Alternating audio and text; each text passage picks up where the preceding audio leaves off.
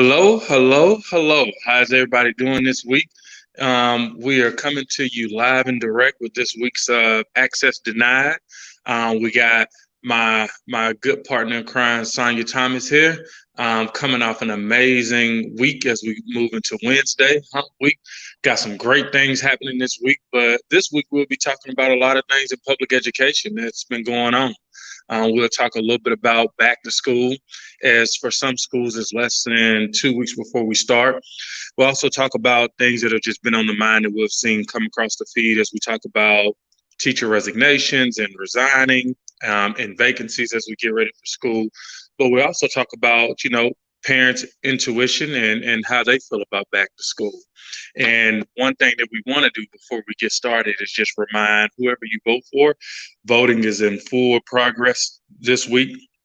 It's been running from July 15th. It'll run all the way from July 30th, and election day will be on August the 4th. And we just want to make sure to take a little bit of time. The polls, the lines are not long. You can really go in and go out, but there are polls all across the city. I'll post a list sometime in the chat so you guys can see and be able to identify what area is closest to you. But it takes about 5 minutes. So we're just encouraging everybody to go vote. But how's your week been, Sonya? First of all, we ain't committing no crimes, John. I ain't your partner in crime. We crime stoppers. I want to encourage everybody that's listening, like and share, like and share, like and share. Get everybody on it. Come on in the room. Come, we got stuff to talk about today. Come on, come on. So make sure, hello, Mr. McLemore. I want you to like it. I want you to share into groups and on your page. But my week has been great, Don. I'm excited to have our discussions today. I'm excited about parents. That's what I'm excited about, parents. Amen. Amen. Amen. And first want to give a big shout out to all the people. We did our monthly call with some of our parents who have gone through our fellowship, and just to see some of our families who have just been definitely and totally involved for the last 3 to 6 months. But also we had some people who came back around as we get ready for back to school. And we even had one of our parents who are all the way in cohort in our second fellowship class who came on and just really expressed how much she missed it and was ready to get back in the thick of things. That was Miss Terry, Sonya. Terry Wallace. I went to school with Terry, went to high school with her. We was pregnant with our kids in high school together. Yes, we was pregnant in high school. Yeah, I didn't know that about Miss Mhm. Sonia. But thank God our children are doing well. Love Terry. We love Terry. But guys, come on in. Like Sonya said, definitely like and share the page. We got some really good things to talk about. We got some upcoming events. I mean, the end of July, it's a lot going on. I'll tell you, and I'll start off as people are starting to come in. I went to a meeting at Oliver Middle School, and without giving a lot of feedback on how I feel, I saw a few things. I saw some new parents in there who didn't know what was going on, and they were kind of just sitting there. And when things started to pop off, you could just look at them and say, I didn't know I walked into the Terry Dome. You had other parents there who had, maybe been at the school two years or more, and just very frustrated with the direction. And then you just had some community members who felt like things were going well and we didn't need to have this big issue. But it was really good for parents to get things off their chest, whether they were having a great experience or not a good experience, but just be able to express themselves. The school was packed. People from all around the city were coming. I was like, man, you got people from Madison and Antioch and Hermitage. I was like, okay, so some must be going on. But reading those news articles, I realized, and that's one thing that we advocate for, is just parents making sure they have the right to speak up and talk about the things that are most important to them. Yes, yes, yes. I also have a question for our parents. Like, does this time still work for everybody? As school goes in, do we need to move to a night access denied? We want to make sure that we are catering to your needs. And I think oftentimes when people are doing stuff, they don't ask the people, they don't ask the audience, they don't ask the people involved, like what's Mm-hmm. important to them. I know a lot of people want to watch Access Denied. They're like, I'm at work, and I'm like, okay, but it's recorded, you can watch it, but maybe we need to like go to a nighttime. So next month we will have a special edition of Access Denied. Information is coming soon. We'll have none other John than Sarah Carpenter. We're gonna talk about all things Tennessee. Come on now, Sarah. See, we're gonna talk about all things Tennessee. I confirmed with her yesterday, and we're excited. So it's gonna be a special edition. It's gonna be raw, uncut. It's gonna be the straight truth. And we were laughing yesterday. I said, "Girl, our show is the straight truth. It's uncut and raw. We just say what we got to say." She said, "Oh yeah, I'm down." Yeah, and what you realize a lot of times, some of the things as I read the commercial appeal in the Tennessean, in our education system, it's a lot of similarities. So even though they're 200 miles down the road, the same things they're dealing with, and sometimes it's worse that having schools that just haven't been performing for 3 or 4 kids coming through the school system all going through the same school. And so watching them, go to the board meetings, hold the superintendent accountable, building relationships in the community as we are, it makes you realize that a lot of times we're more the same than different, even though we're different cities. And shout out to Memphis Lit for the invite. Tomorrow I'm going to go meet with them along with the Tennessee Charter. What is it, John? Tennessee. Yep, the Tennessee Charter School Center. Yeah, so I'm going to go meet with them tomorrow. And I appreciate the invite, and I appreciate the partnership. I agree. So one thing that I want to talk about, and I'll bring the article up with the headline. It's really been, it's something that we experience, especially since I've been working with students and parents. We experienced the teacher shortages. One year, Pearl Cone, for the 11th and 12th grade, they were missing English and science teachers. And you just have to scratch your head and ask, like, what does that mean when you start the year off without core teachers, not PE, not art, not music, not drama, but, English 3 or English 4 or algebra or, trigonometry. And this year, the Tennessean has been kind of following it, I guess, and I'm seeing a lot more articles pop up. But as you can see, let me take this down, as the headline reads, are more Metro teachers leaving the classroom, what the numbers show.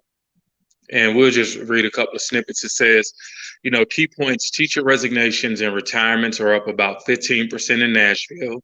Nearly 550 MNPS teachers resigned by the end of last school year. And then they say low pay isn't the only thing that's driving teachers to leave the classroom. And then I'll just go down. It says the number of Metro school teachers retiring or resigning is actually trending downwards over the past few years, despite concerns about ongoing vacancies.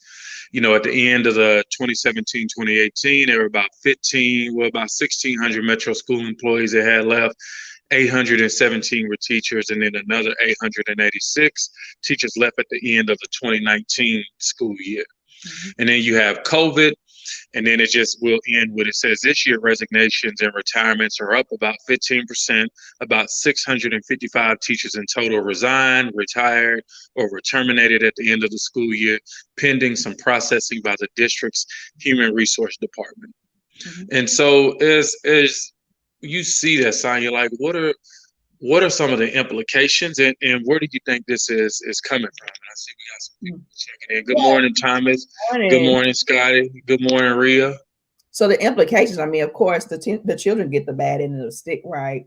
I can relate to having a child in a classroom on a couple of occasions where they didn't have, a particular subject matter expert or educator consistently teach a class for a year. So I can relate to that. And let me tell you something, the stress that it puts on the children. My son went to Republic High School last year, and he would come home and he would say, I don't have a computer science teacher. And so I don't think that people are really understanding the importance, how important it is to the student. Like, we're all sitting around and we're talking about, the teachers are exiting or whatever, but have we heard the little voices, right? Coming around the corner into our bedrooms who are saying, I don't have this teacher. here in this classroom. And so I can only imagine the stress that is putting on the children to even go into the school year and be like, okay, I'm in this class. People are expecting me to perform at my best, but I don't have consistency there. And I think that is the conversation right there. Like, how the children? That's the question. Yeah, and I would say, I mean, taking it to the students. Well, we also know the MAP test, the TN Ready, or call it TCAP, or the EOCs, the end of course exams, they don't wait on schools to get the teachers and get the students caught up. And so what you have a lot of times, if you didn't have a good teacher in, let's say, 5th grade and you transition to 6th grade, the assessments that you take are still going to say, well, this is where you need to be. And even without the assessments, if you don't have the foundational stuff, like when you think about subjects, when you think about adverbs and verbs and adjectives and nouns and synonyms and pronouns and pronouns, it's very hard to continue to grow in English language arts if you don't have some of those foundational things. What was that thing saying where you would break the sentence down and it would go up a line and it would go over and then it would go? It was the worst for me. But I remember in 7th grade, like I really had to take my time as we broke down the sentence. What's the subject? What's the pronoun? And it was teaching us the predicate and the predicate. Yes. It was teaching us how to look at a sentence and really break it down. And I struggled, admittedly, but I can only imagine if I didn't struggle with that and I just kept going, where I would be, because it's foundational type of work. It is. And I think that is the unanswered question. And I think it's the question not being asked.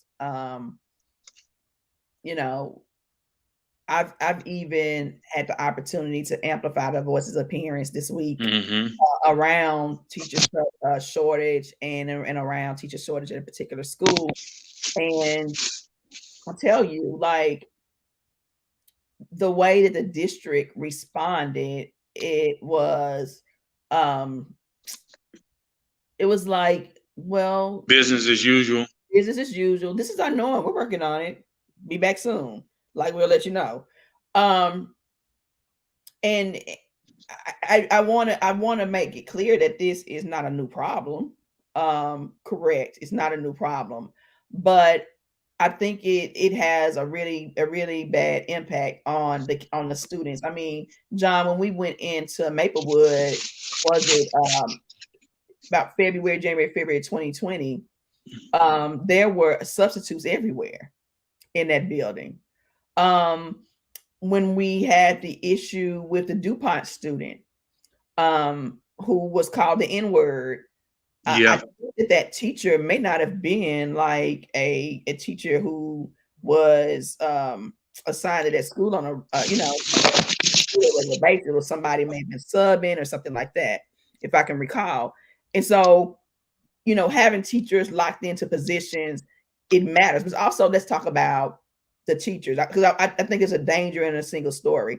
So at the Oliver Middle School, they had about 13 teachers that resigned and like 27 not coming back, something like that. 13 teachers that wrote a letter about it, but 27 that resigned. Correction. And so none of those letters said anything about bad students. I saw somebody on social media who wrote, these kids are bad, but I didn't see or hear, I'm not hearing that from a lot of teachers as to why they're just resigning. I'm hearing that it's a system failure. The system is failing. The system is failing to listen to them. The system is failing to take action on the things that they are concerned about. And so when you have a mass exodus of teachers leaving, then you do have to look at, like, what is the leadership looking like at the top? And does that have anything to do with it? Yep. And listening to those parents. I mean, I've heard from African-American parents, Caucasian parents. I think I heard from one Latino parent, African parent who, I mean, they have strong opinions, and you start to say, with that balanced of a group, racially, socioeconomically, somebody just may be onto something. Their feelings may just be valid. And I think that's hard to hear. We already got a teacher shortage. I'm pretty sure we have a leadership shortage. But what is it to lose 100 students for a leader that has lost the trust of their people? And people. Let's just be real. People can be messy, right? Some people can say they can click up. I mean, we done seen it before. They can click up and say, "Hey, like we all need to have the same narrative, right?" And the teachers could say, "Look, let's run it. We're gonna write this letter. We're gonna put the same issues. We're gonna email the board." But I think what you also see, what we're seeing is not just the teachers, it's the parents, it's people in the community. Like you can tell it, and it's very diverse. And so when it continues to happen and people continue to show up with concerns, you start to like quit pointing the finger at just one group, because it may not be a racial issue from the parents that I've heard from. Yeah, I mean, and that has been an accusation, right? That these white parents are just complaining, and I want to say something like, if you always lead with that, if you always lead with parents are always complaining, then that's what you'll see. And we don't tend to lead like that. We don't. Listening. We're really taking our time and listening to the parents and getting down to the root of what they're trying to say. They're not Channel 4, they're not Channel 5, 17, they're not, mass communicators, right? And so you have to like see what is deeply held and widely felt for them.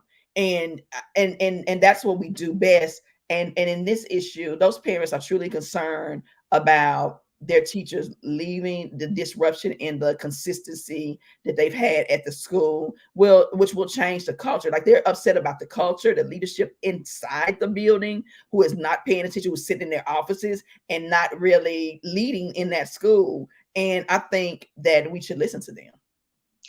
Yeah, and I'll say one of the parents or community people who was exited from the building, not through their own choice, you could tell the parents had their back. They was like, whatever he said, I think it was about a lockdown.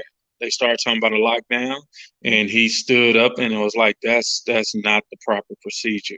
He helped write the procedure. He actually helped write the procedure. Wow. So he knew it, Friday, okay. He knew it. He knew it. So that's why he said that they were lying, because he helped to write and develop it. Wow. And as I was leaving, ironically, I looked back and his name was on the building. They had a courtyard named after him. I was like, okay, maybe he wrong. Maybe it's just him. But for you to get a courtyard named after you, I don't got a courtyard named after me. Like, do you got a courtyard named after you at a school? So you gotta respect that the work that he's put in hasn't been just overnight. That person is well respected across the board, and definitely has been a respected person from that school community. And a respected police officer. Amen. And so, yeah, we represent Black and brown parents and parents from our most struggling communities. And, my concern is that it's just a telltale when somebody says to you that those parents are just complaining. There's always this saying, like, if you got their friend that's gossiping about somebody, then know that they gossiping about you too. Yeah. So we'll see. I mean, they got an open school board race going on there. I know the incumbent and the competitor, they have both been at the meetings. You have district leadership that's been there. Of course, you got the parents. And so, yeah, we look forward to see what comes out of that, because it's a perfect opportunity just to take a step back and hear the concerns and look at what's valid and what's not, and show some leadership in these next 2 weeks before they start back school. Yes. But on another note, Sonia, July 30th, I'm gonna pull this up. I just want you to go down a little bit on the things that we got going on, the things that are coming down the pike for July 30th. And, your expectation of what we want to see and how we want to have a good time. I'm gonna pull up the flyer in a minute, but if you can just talk a little bit about what's going on this day. That seems like a special day. Man, it's back to school, but it's not back to business as usual. Forget that. Come on now. We got to go back to school, but we ain't gonna be business as usual. Nashville Propel is organizing and developing powerful parent leaders to ignite a movement everywhere, all across this city, from the left to the right, to the north to the south. We are organizing parents all across this city, and so not only will we have fun, not only will we have food, but also we're going to develop your power. And so on July the 30th at 12 o'clock to 3 p.m., we want you to bring your children out. We want you to bring your families as we get ready to go back to school, but making sure that it's not business as usual. And the way to do that is to build the knowledge of parents so they have those aha moments, so they wake up or they stay awoke as to what is going on in the landscape of education. We will have resources out there for parents. We will have speakers. We will have DJs and cotton and snow cones. And as a matter of fact, we will also be celebrating our 15th cohort of parents who graduated. And we will have a graduation ceremony as they walk across the stage. And we celebrate them for taking 6 weeks Yes. of their time to learn about the landscape of education. And so, y'all, it's going to be a day full of fun and food and dancing and building relationships. Like, I think that's what I'm most excited about, John, is the people from the community. We are partnering with Casa de Dios, USA. That is a huge church on Dickinson Road. It is our brown families. Like I said, we represent Black and brown families. And so it is an opportunity for us to fellowship and to also develop those parents over there. So we're excited. Mm-hmm. Yeah, and I'll say, I mean, listening to the parents, one like cohort 15, I think when we say fired up and ready to go, like that's the true epitome of being fired up and ready to go. But it also gives an opportunity to put more gasoline into the movement. You know, Yes. working on behalf of families and children is hard, like day in and day out. But when you hear the energy, the direction and the leadership from parents who are like, yeah, like I got my kid, like we working on it, but this is about my kid. That's why I'm here. But it's also about the thousands of other kids who are in the district, kids who can't read on grade level by the time they leave high school, kids who attend the worst schools in elementary, middle, and high school, all in the same the same cluster. Like this is about changing generational poverty, people who can never afford to leave the housing projects or to leave the apartment with the slumlord because they just don't have the education to sustain them. Like this is what the extravaganza is about. And it's about letting parents know not only do you deserve better, but we demand better and you're going to get it. I just think it's criminal to wake up, to go about our daily lives, to advocate for millions of dollars in budget increases and never look at the students who continue as we advocate for more resources, for more support. And even when we get it, we never circle back to make sure that we save them. It's like, you know, saying we got this boat, you know, the Titanic is sinking. You know, we get this, 10 regular sized boats to go out into the water. We put life vests on them, we put the rafts, and we advocate to get it, and we go out and we just stand there. And we never use all those resources that we got to really help the kids. And those people, we know what happened with the Titanic. You know, what's known and understood doesn't have to be said, but that's the same thing that's happening in our communities. It is. It is. This is not just about giving out backpacks. Right. This is about giving out a space where people recognize that they are powerful. Like we're not giving people power. The word empowerment, I'm very, very careful with that word, empowerment, because that means that you're giving somebody power. You already have power as parents. Victoria, I see your name across the screen. She is so powerful, right? And together we've been able to amplify the voices of parents and help to change like the conversation, to hold people accountable. There is something in holding people accountable that is very important. And it's very important that we continue to do that, but we have to do it together because we get tired doing it as individuals. If I did not have you guys, I'd be so worn out, and they would win. But we win together, and that is so important that we do that. So this is not about just about backpacks, although we're gonna be giving out backpacks in school. Right. This is about acknowledging that parents are powerful and the power that we have together. We got the people power. And so on next Saturday, we're going to show Nashville how powerful we are. And that, as Amika would say, we're coming. We're coming. We're coming. And I'm going to tell you, it's a lady, Miss Tammy, who she has a major issue, in light of Uvalde. She was advocating to have more support at our elementary schools. And she was like, if it's not the SROs, because we don't want to perpetuate the school to prison pipeline, cool. But she was like, we need some type of support. Like she didn't want to write it off. And what was happening, she was writing board, she was writing the superintendent, she was speaking at the school board meeting, and nothing was really going on. And I was like, you need something like the Propel Fellowship, because not only just you, like you're strong by yourself. Like you got the gusto, the courage, the knowledge. You know what's right and what's wrong. You work in a corporate environment that knows that, but still it's hard to do it by yourself.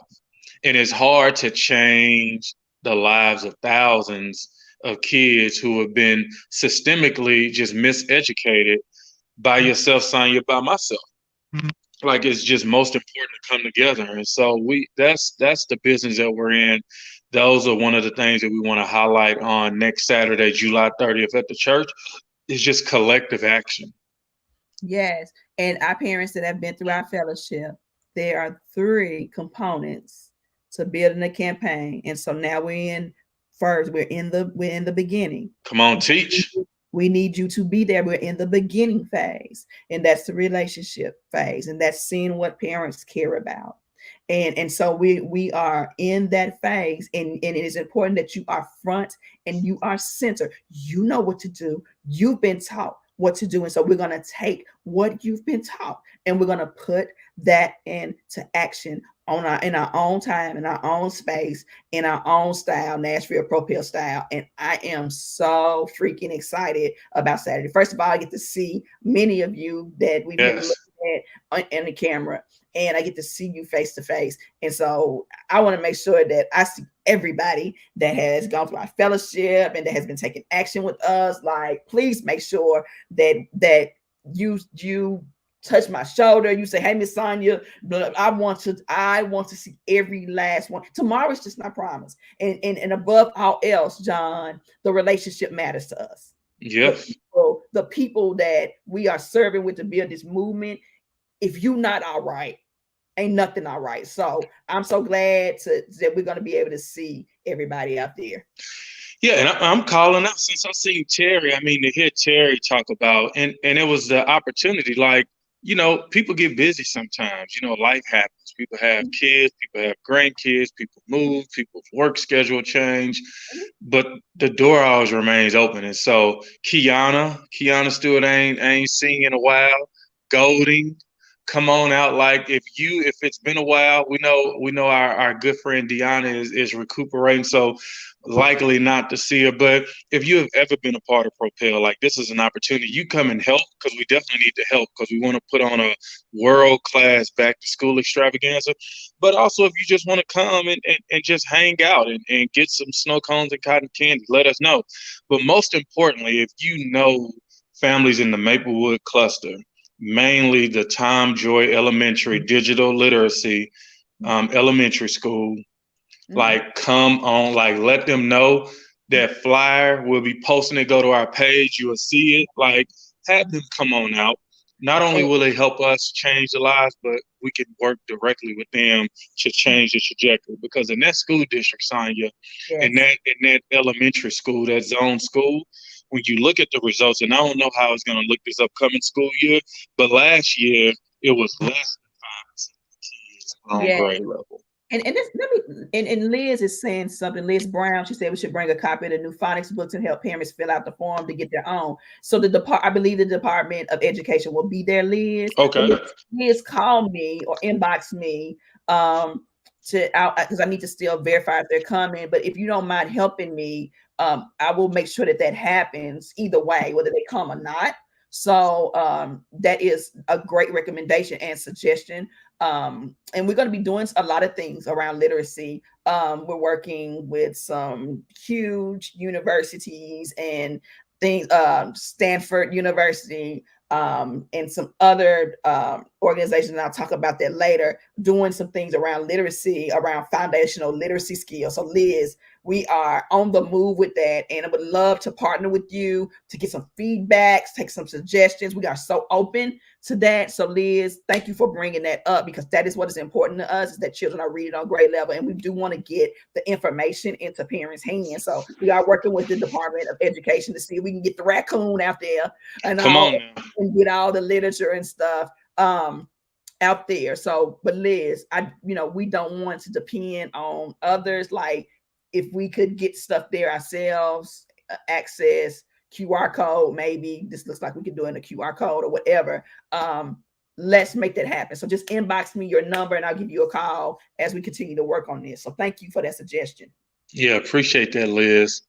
And again, it'll be next Saturday, July 30th, going into August. It'll be at the church Casa de Deos, and the time is from 12 p.m. We're going to get started right on time to 3. And we're going to end on time. We're going to start on time and end on time. And we're going to end on time. We're going to have some hot dogs out there. We're going to have some chips and drinks and snow cones and cotton candy and bouncy house. Oh, and the 360. The 360. I keep forgetting about 360. Yeah. Yeah, that's what it be. I was like, oh, what we gonna do about the big kids? They don't want to get no darn bouncy house, but they love to take them selfies and get on them that 360. So we'll have the 360 out there. We got a DJ that's gonna be rocking from the 1s and the 2s. I want to see some of y'all dance. We're gonna get out there. That Tamia dance showed me how to do that. We're gonna get out there. We're gonna dance. We're gonna celebrate each other. This is for the families of Nashville. We'll have somebody there from the mayor's office. We'll have some Metro Schools representatives out there also. We'll have some charter schools out there. We are going to make sure that together we celebrate our families. We give them as much information as possible, but we also gonna hold people accountable to do what they say that they're gonna do, like we always do.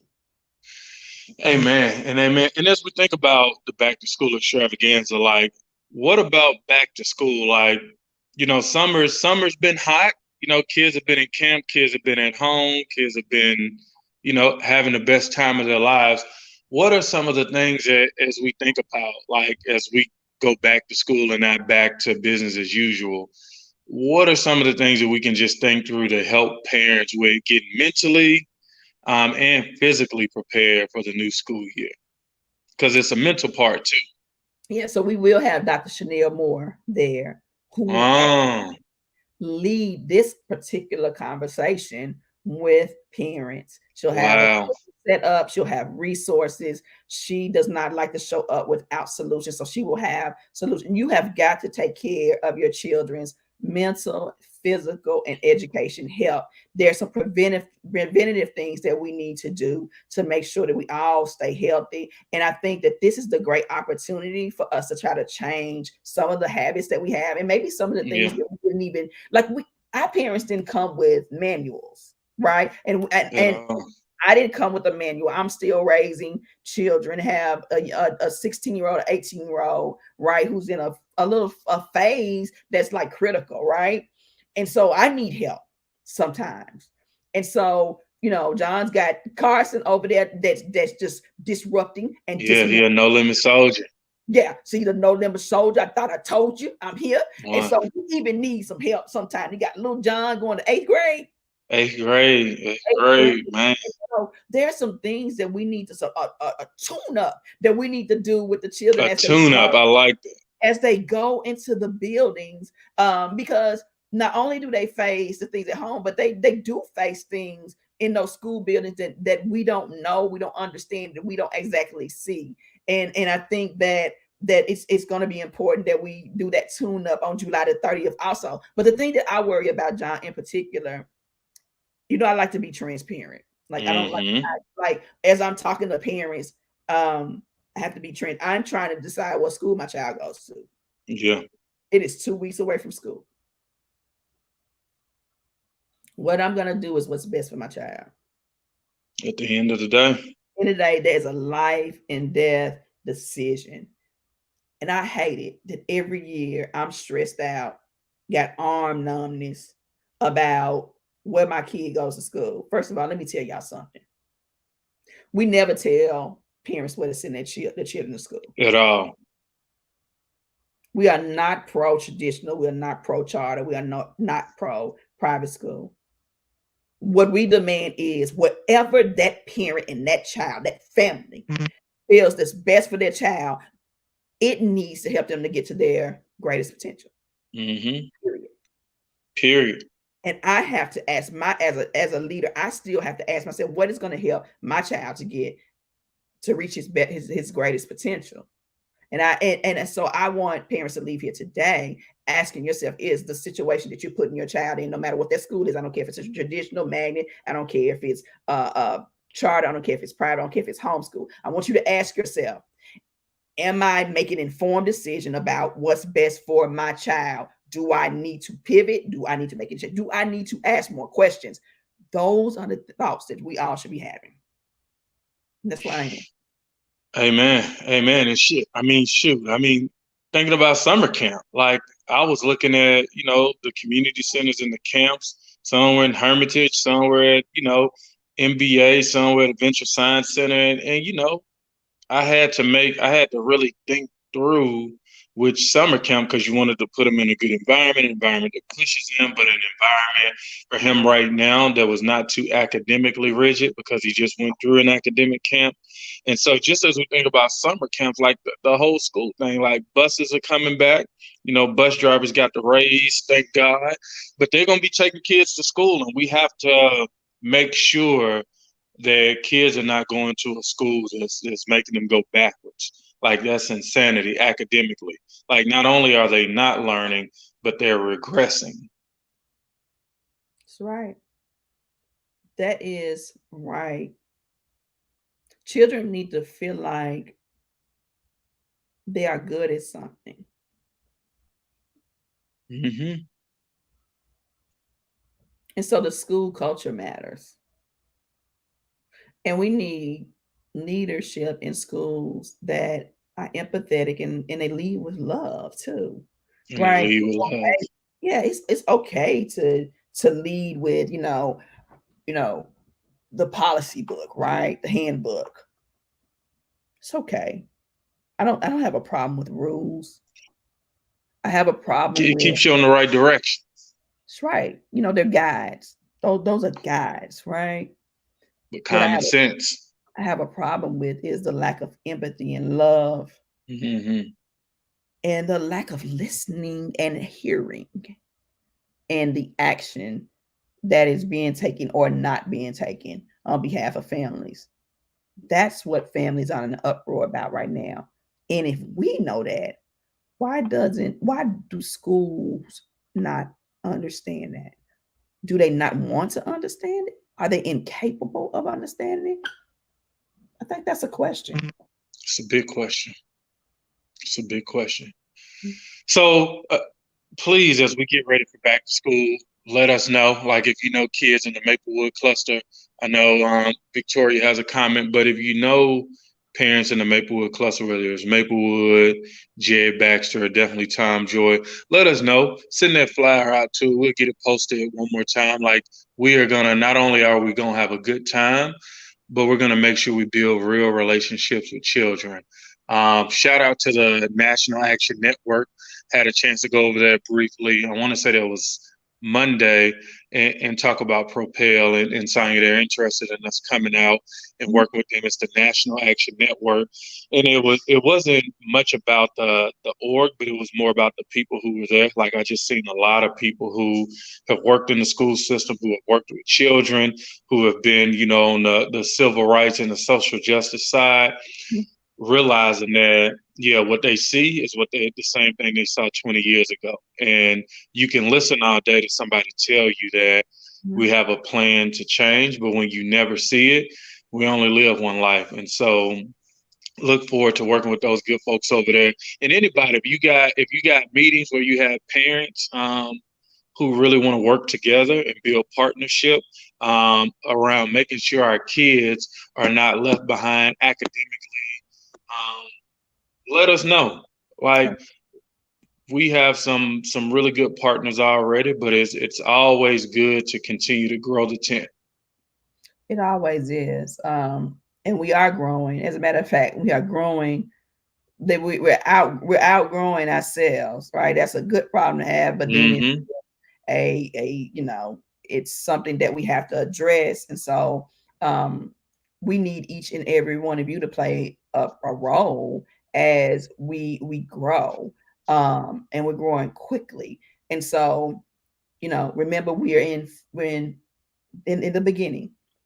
And so in the beginning, it's the relationship building, and we want to make sure that we build relationships with you guys. We know what you care about, but also in that stage, making sure we're developing our parents. Victoria's asking herself the same questions to make sure homeschool is Malik's right education setting so he can be successful.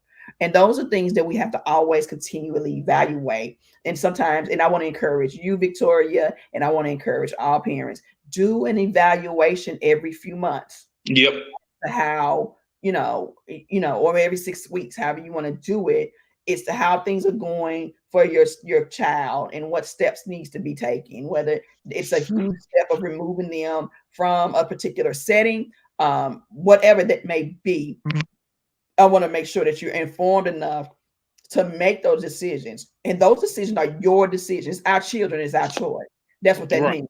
It's our children, it's our choice. But we want to make sure that your choices that you're making, that they're informed, so that your decision, that you don't have any regret. I don't want you to wake up with regret. Yeah, and I'll tell you every year I make that decision. I look at it. It's around school option time between December and January. As you look at the list of schools, I start to say, okay, what's been working? What are some of the issues that I might have? Are they being addressed? Am I listening to? Are they changing? But January is like, for me, December, we're out. The kids are out half of the month. And then January, the optional schools application starts to come, and it helps me look at schools, helps me do research, and like Sonya said, it helps me reevaluate like what has been happening, what is good, and what are some of the things that we could potentially retool. Yes. I want to make sure that we share some information. John, I don't know if you already have it up, but Miss Dobbs, Sonya Dobbs, reached out to us about us, the Exceptional Ed program hosting an event on the 28th. And I want to make sure that we pass that on. It's in particular for high school students. Okay. And it is transition orientation. And it's July the 28th at East Nashville Magnet. Okay, I did see something. If you could put that up, John, 9 a.m. to 11 a.m. or 4 to 6:30. Parents of ninth graders with IEPs they can sign up for informational meeting being hosted by the Exceptional Education Department. The purpose of the meeting is to provide information regarding high school expectations and to prepare families for the transition focused IEP process for high schoolers. And I'll reach out to Ms. Dobbs. We begin our speaker series in August. And now that I think about what would be a good conversation to have, I think that this would also be a good conversation to have on our speaker series. So if you guys want Ms. Dobbs to come and talk about that transition for high schoolers, I think oftentimes we forget about high schoolers, right? Right. At that point, let's be honest. Let's be transparent. You tired. You know, The finish line, you see the light at the end of the tunnel. Yeah, like I got 4 children, and that fatigue is real. Just like summer fatigue, you know, spring fatigue, where they get tired, they'll start on not to turn in their assignments and all that stuff. Like that fatigue as a parent is real. We need to talk about that. Okay. We need to talk about, we don't talk about enough stuff that affects us as parents also. And that fatigue is real. That stress is real. The money when they're in high school, the asking you, we ask ourselves, did we prepare them enough as people? When, you know, I often ask myself, what can I do better to prepare them to go out into the real world? Not only is it scary for them, it's scary for us. And you know, that's a whole conversation there too. So I'm glad that they're focusing on that transition, because we often hear parents talk about them moving from middle school to high school. Some people don't go with their the IEP don't show up at the school. Like, and you don't, and you have the expectation, okay, they're going to another school, so then their stuff follows them. I don't think that always happens. So please make sure that you guys engage in this conversation. Miss Moppin, if you're listening, please log on or go to that meeting and bring that information back to our parents and go ask any hard questions. I think we talked about it, and she said she's going to try to go. But I see Miss Moppin teaching our parents about, you know, the transition from middle school to high school also. So we're looking forward to building her leadership. Yep. And just know we'll share it on our page. I was looking for the flyer, but I know I'll find it as soon as we get finished. But just be on the lookout for that. Let me send. I'm gonna forward it. I may not have sent it to you, John. I thought I did. Charge it to my head, not my heart. I just sent it. Okay, perfect. We can get that up there. Get some parents out there asking some good questions. They need you to ask questions. They want you. Ms. Dobbs wants you to ask questions. She wants you to ask the hard questions, and she's not afraid to answer them. And I respect that. And a lot of times, you know, a big portion of the parents that we speak to, maybe 35% of our parents are parents who have children with IEPs, whether they're, you know, gifted or they need help on and supporting a subject they may be falling behind on. Yeah, that is that. And let me tell y'all something. Just because a child has a disability, I have a disability. Yeah, you're looking at a mother of 4 who went to nursing school. And I'm not saying any of that stuff was easy for me, right? And then leading a whole organization, you can't tell me these children can't be taught to survive and to be their greatest potential. And we got to stop looking at them as struggles and look at the gifts and the bright stars that they are. And we have to demand that. And we got to make sure that people are not lowering expectations for children. I'm going to say this before we go. It's normal to say that my child can't do it, give them easier work. Right. But mother to mother and expert to expert, I want to change your mindset about that. I told the story the other day on how he got into a more rigorous situation. He was making 18s and 20s and 30s on his report card. And I cried many a nights, and he cried. But we stuck with the rigor, because what I found in research was you want to set high expectations for them. And I tell you that my son is an honor roll student now. Wow. And he's reaching his greatest potential in academics and in sports and in behavior. And had I not, he wasn't getting it anyway. He wasn't getting what he was supposed to get anyway. So I had to try to take another chance in a different way, because if I kept doing the same old thing, I was going to keep getting what I was getting. The same old thing. So be willing to take a chance. Set high expectations for your child, your children. Make sure that they have rigor, that somebody is pushing them. Don't take that they have a disability or they can't, or they're just they're a boy. Boys do that. Oh, I had that said to me so many times because he was a boy. He wasn't turning in his stuff, or he wasn't doing this, or he this and this. I don't want to hear that. Mm-hmm. No, what he had was some problems with his organizational skills. That's the plan I need. Not because he's a boy, he can't do something. Right. Nobody ain't got time for that. I ain't got time. He don't either. His time is precious. Come on now. And here's the flyer, guys, as we close out. It's the parent transition orientation. Again, like a transition is from 8th to 9th grade, from middle school to high school. They have it on July 28th, which I believe is a Thursday, at East Nashville Magnet School. And it'll have 2 sessions, one in the morning for parents who may work in the afternoon, and that'll be from 9 to 11:30. And then they have one in the evening for parents who may work in the morning from 4 p.m. to 6:30.